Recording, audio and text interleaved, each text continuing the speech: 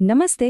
આપણા ગામડાઓ અને શહેરોમાં આપણે ઘણીવાર જોઈએ છીએ કે રિઝલ્ટનો દિવસ ક્યારેક તહેવાર જેવો હોય છે તો ક્યારેક જાણે માતમ છવાઈ જાય છે. બાળકની સરખામણી તરત જ પાડોશીના દીકરા કે કોઈ પિતરાઈ ભાઈ સાથે થવા લાગે છે.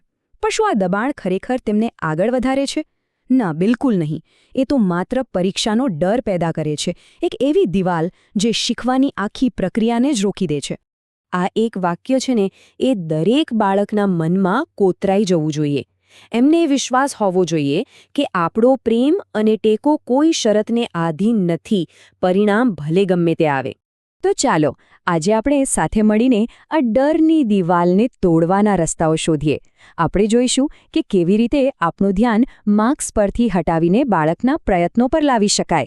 અને હા, બાળકના આત્મવિશ્વાસને ઠેસ પહોંચાડ્યા વગર એની ભૂલો કેવી રીતે સુધારી શકાય એ પણ સમજીશું. તો આપણી પહેલી રણનીતિ, અને એ છે સમસ્યાના મૂળમાં જઈને સમાધાન શોધવું. ચાલો રેન્કની આંધળી દોડમાંથી બહાર નીકળીએ અને પ્રયત્નોની સુંદર સફર શરૂ કરીએ. આપણે જેને ઘડતર કહીએ છીએ એ આ જ છે. સમજજો, ચારિત્ર્ય શ્રેષ્ઠ બનવાથી નથી બનતું, પણ વારંવાર પ્રયત્ન કરવાથી બને છે. આ એક એવી પ્રક્રિયા છે જે બાળકને જીવનના દરેક નાના મોટા પડકાર માટે તૈયાર કરે છે. આ 3 પગલાં જુઓ, ખરેખર જાદુઈ છે. પહેલું, દરરોજ સાંજે બાળકને પૂછો, બેટા, આજે હું શું નવું શીખ્યું જે ગઈકાલે નહોતું આવડતું? આ થઈ રોજિંદી જીતની ઉજવણી. અને ત્રીજું, જો બાળક પોતાના અભ્યાસના ખૂણામાં 1 કલાક શાંતિથી બેઠું હોય તો એની શિસ્તને બિરદાવો, ભલે પછી તેણે ગમે તેટલા પાના વાંચ્યા હોય. પ્રક્રિયા મહત્વની છે. આ ચિત્ર જુઓ, કેટલી સરસ રીતે આછી વાત સમજાવ્યું છે નહીં? આપણે ક્યારેય કેરીના ઝાડને ઘઉંના ખેતર સાથે નથી સરખાવતા, કારણ કે આપણને ખબર છે કે બંનેની ઋતુ અને ઉપયોગિતા સાવ અલગ છે. બસ એ જ રીતે દરેક બાળકની શીખવાની ગતિ અને ક્ષમતા પણ અલગ અલગ હોય છે. ચાલો હવે આપણી બીજી રણનીતિ પર આવીએ.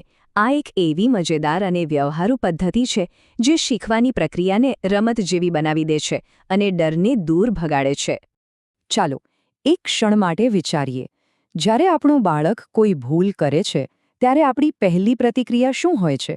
ગુસ્સો આવે છે કે પછી એને શાંતિથી સમજાવવાની ઈચ્છા થાય છે? એક વાત હંમેશા યાદ રાખજો, ડર છે ને એ મગજને શીખતા રોકી દે છે, જાણે બધું થંભી જાય છે. એટલે વાલી તરીકે આપણી ભૂમિકા રસ્તામાં અવરોધ બનવાની નથી, પણ સમજણ સુધી પહોંચાડતો એક મજબૂત સેતુ બનવાની છે. હવે કલ્પના કરો કે બાળક આ એક સામાન્ય દાખલામાં અટવાઈ ગયું છે. 10માંથી 4 જાય તો કેટલા? કાગળ પર આ માત્ર આંકડા છે જે કદાચ એના માટે બહુ અમૂર્ત અને અઘરા લાગે. તો હવે ઠપકો આપવાને બદલે આ જાદુઈ પદ્ધતિ અજમાવીએ. 10 નાના પથ્થર લો અને બાળકને કહો કે એ જાતે જ તેમાંથી 4 પથ્થર ઉપાડી લે. જ્યારે તે પોતાની આંખોથી ગણિતને જોશે અને પોતાના હાથથી કરશે, ત્યારે એનો ડર તરત જ ગાયબ થઈ જશે. તમે આસપાસની કોઈ પણ વસ્તુ વાપરી શકો છો, ચણાના દાણા, લાકડીઓ કે રસોડામાંથી ચમચીઓ. આમ કરીને આપણે ખાલી ગણિત નથી શીખવી રહ્યા, આપણે વિજ્ઞાન એટલે કે તર્કને બાળકની વાસ્તવિક દુનિયા સાથે જોડી રહ્યા છે.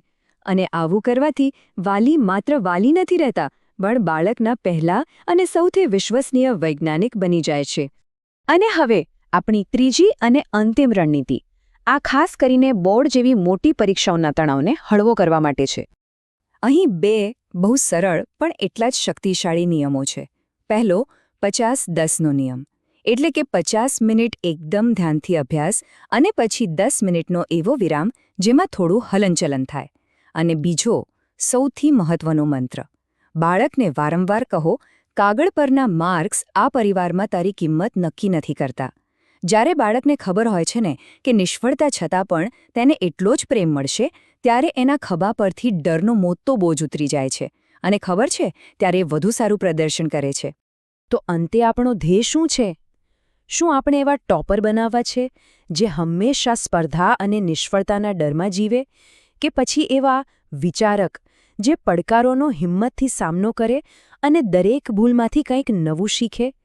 પસંદગી આપણી છે. આખી વાતનો સાર બસ આ એક જ વાક્યમાં છે.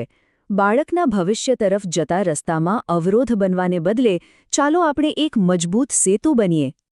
હંમેશા યાદ રાખજો, આપણો સાથ અને ટેકો જ બાળકની સૌથી મોટી તાકાત છે.